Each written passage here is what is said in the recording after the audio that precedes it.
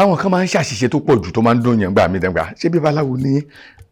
láwọn àgbàwo kan tẹ́gbà àwọn kan tàbí wọ́n bá rí agbọ́dọ̀ forí kan lẹ̀ fún tábàjọ́ gbéra kókó ń bẹ̀ wọ́n á ní Ọ̀rúnmìlà ṣẹ̀ṣẹ̀ ní Ògún no they are never Ògún ń ṣèṣe àwọn ọ̀run wọn ló ń ṣèṣe tọ́jú bẹ́ẹ̀ ni fáyọ̀ lọ sọ pé ìṣẹ̀ṣe là á bọ nífẹ̀ẹ́ ká tó gbẹ bọ́ra kí là ń pè lè bọ́ra in this context àwọn ọ̀run mọ̀lẹ́ àwọn òrìṣà wa àwọn aláṣekú wa dáńpẹ́ lè bọ́ra nífẹ̀ẹ́ nù. ìṣẹ̀ṣe ṣe àṣà Yorùbá táwọn kan fẹ́ máa bá wa gbé wọn sí ara wọn kan tó máa gbé sínú fídíò àwọn ṣìṣẹ̀ṣe wa no ìsọkúsọ ló ń jẹ́ bẹ́ẹ̀ aṣọ wa ìṣìṣẹ̀ṣe no it's never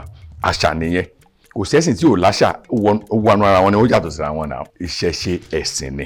àṣà kọ́ ní ìṣẹ̀ṣe o à ń wọṣọ à ń gbọ́nyán àṣẹ gbẹ à ń ṣe gbolúra wọn gbọ́n táǹpẹ̀ lẹ́sẹ̀ṣẹ̀ kára o egungun ìṣẹ̀ṣe àṣà táwọn olórin gbàjọ ẹ̀ ń kọ́ egun ilé wa Ọ̀ṣun ilé wa èyí ṣìṣẹ̀ṣe o ìwòsàn ni wọ́n irúnmọlẹ̀ ni wọ́n ìṣẹ̀ṣe gangan ní ẹ̀sìn ìbílẹ̀ Yorùbá Yorùbá indigenous religion.